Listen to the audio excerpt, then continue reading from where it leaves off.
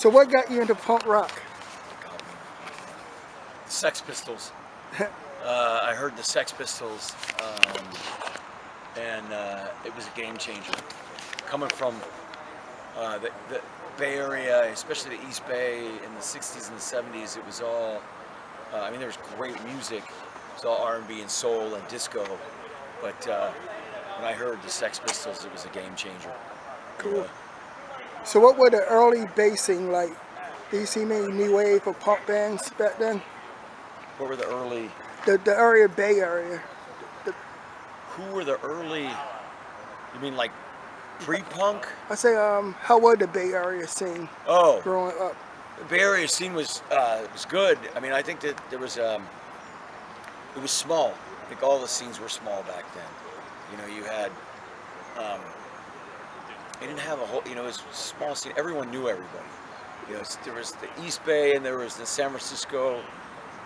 You know, Dead Kennedys, the Wounds, Flipper, Society Dog, the Fuck Ups, you know, a little bit later on.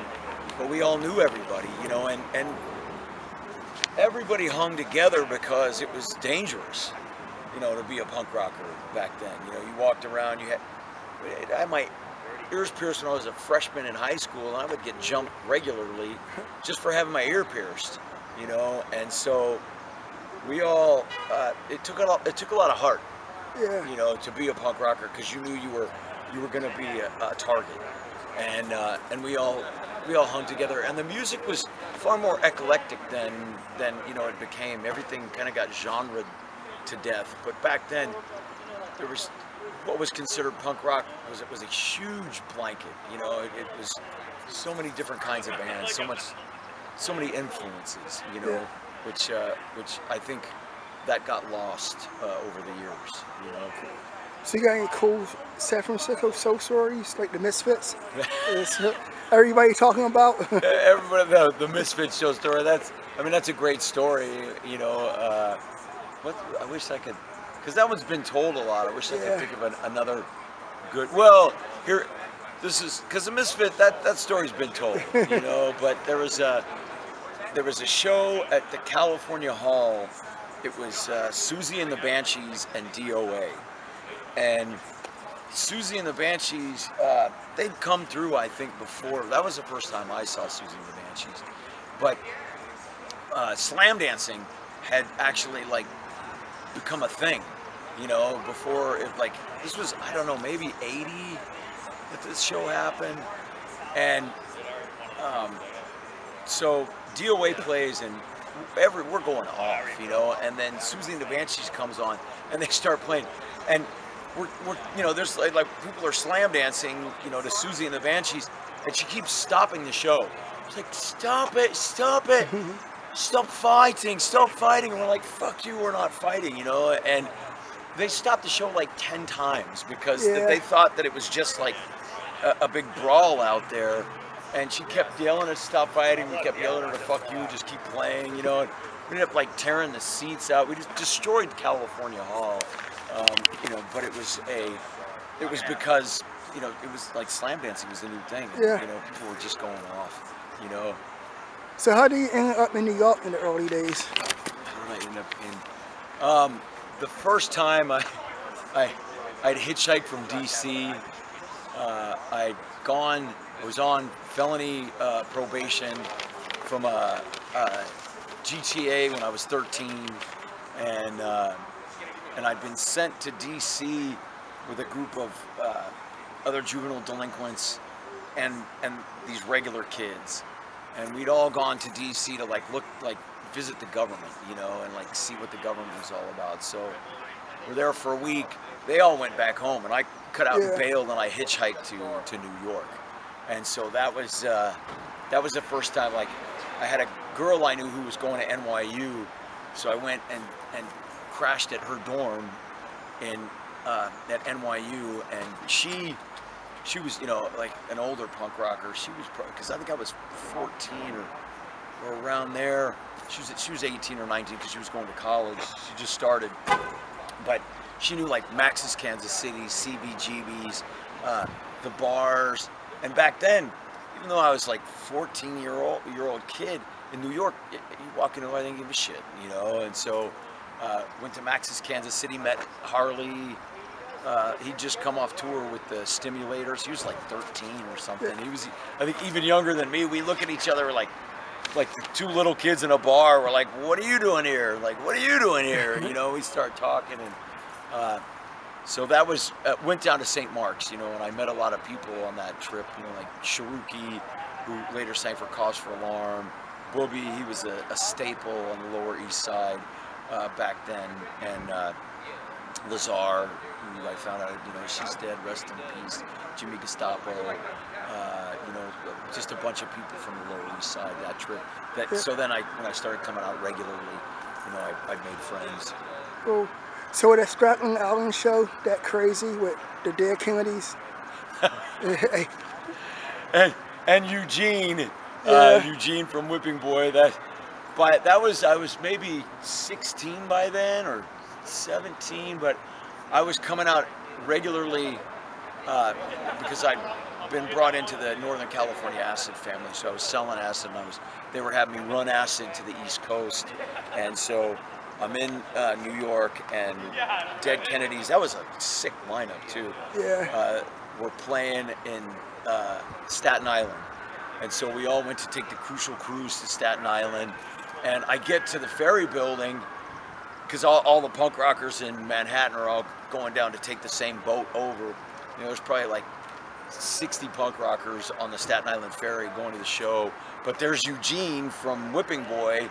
Like, what are you doing here? He's like, what are you doing here? So we took the fucking Crucial Cruise over Staten Island. Huge punk rock show. It was fucking like just off the hook. Yeah. And then as the end of the show, we're just hanging outside. You know, there's like, you know, shit tons of punk rockers all just hanging out in front of this.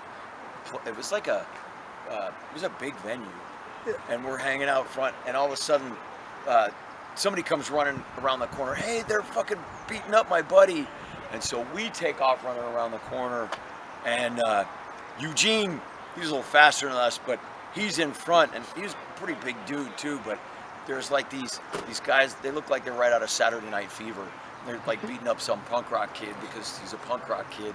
We're in their neighborhood, and one of them's got a baseball bat, and Eugene's just a little bit in front of me, but the guy like leans back, you know, to take a swing, but Eugene was quicker, and he just runs over and he like snatches the bat out of the guy's hand.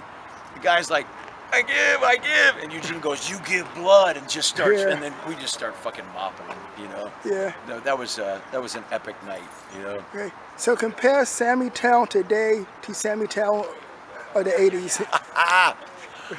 Wow. Well, still out here in Baltimore, still playing punk rock in fucking dive bars and you know, fucking basements and pool parties and wherever we can. So that hasn't changed. Certainly, I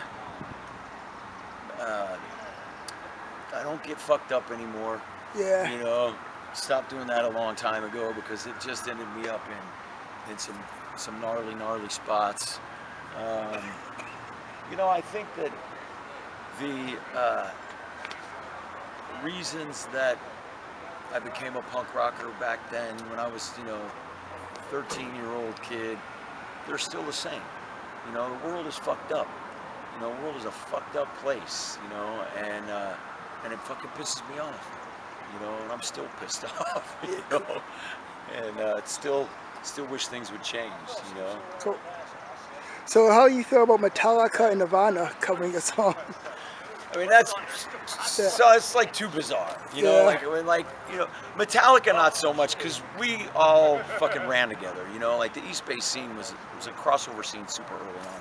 We all used to party together.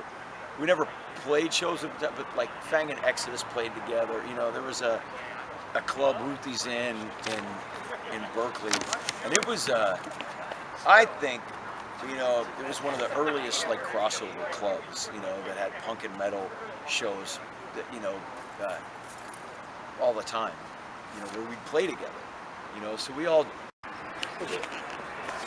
and so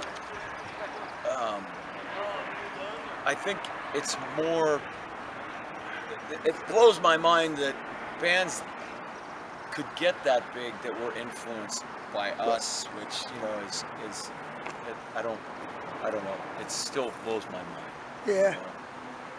So where do song ideas come from? Where do song ideas come from? Like every other band in fucking 2020, we started writing a new record, and so I wouldn't say COVID is a big topic, but one of the new songs is called Minneapolis, and that's about the police station burning and George Floyd.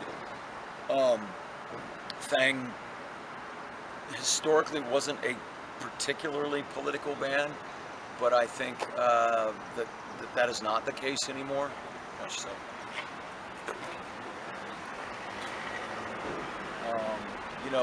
That given the state of politics, especially, I mean, it's always been bad, but I think I've gotten a lot more involved in the past 6 years since Donald Trump started running for president. Yeah. It certainly got me off my ass to get more involved, and so I think that's reflected in a lot of the new material that we are doing now. You got any cool tour stories, old and new?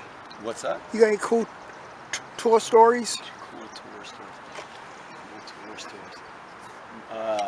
God, what's a good tour story? What about fucking Baltimore from way back? Like I was telling you earlier, the first time we came through here, we rolled up, and I think it was '83 maybe.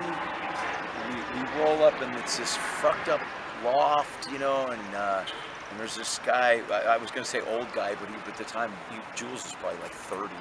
And we roll up, and we're playing a bunch of shows with Crucifix, who was also from Berkeley, and White Cross, and they're from Virginia, I think. And we roll up, and Jules comes out, and he's like, "Look," he's like, "there's only like 20 or 30 of us here, and we're all broke." He goes, "Nobody's got any money," and White Cross and Crucifix, like, "What? There's like no money?" And they jump in their vans and they just take off. And I'd been wandering around Jules's loft, and there's all these graffiti pieces, and I'm just talking like early '80s.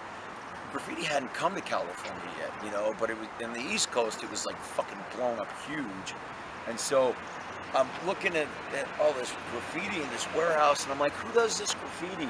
And Jules like, that guy Dan over there, Danny does, And I'm like, "How about this?" I said, "We'll play a show for you if you guys do a graffiti piece on our van." And so Jules went and he talked to Dan. And Dan's like, "Yeah, all right, I'll do that," And so I love Baltimore, and I think Baltimore's always been good to us because we were the band that stayed. Like all the other bands, that they all wanted money, and we're like, "Fuck that," just like it's punk rock, like we'll play for you, fucking spray paint some shit on our van, and we're good. And I think that solidified our relationship with Baltimore, that got strengthened by Tales of Terror, who was like our brother band, getting stuck here, for months, and then we came through while they were here, so I think that really solidified our relationship with Baltimore, back then. Cool. You got any future plans for the band? Future plans for the band? I mean, we're working on another record, keep playing, keep touring, for me, I try and tour. Like, I've been really lucky that we've been able to tour outside the country, and continue to do, we toured Cuba, which us and Verbal Abuse went to Cuba. We were the first American punk rock bands ever to fucking play in Cuba, and so I'd like to do more shit like that. We're trying to go to Panama in March, and just try and play in places that people don't normally get to. Cool. Because that's, to me, that's the shit. That's what I cool. think. So how do an '80s punk rocker fit in 2021 scene of PC-ness? Well, okay, this is absolutely what I think. Listen to the fucking kids. Like, you know, when we were fucking 15, 16, we had all these ideas.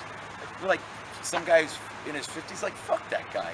So, I challenge any of, like, the old school, fucking listen to what the kids are saying. They know. We don't fucking know anymore. We knew when we were kids, Yeah. but fucking we don't know anymore. So I absolutely say, listen to fucking kids. You know, like I know that's maybe an unpopular attitude with a lot of the older punk rockers. Fuck them. You know, you guys are fucking, you know, sitting in your easy chairs at home. Like, where are you?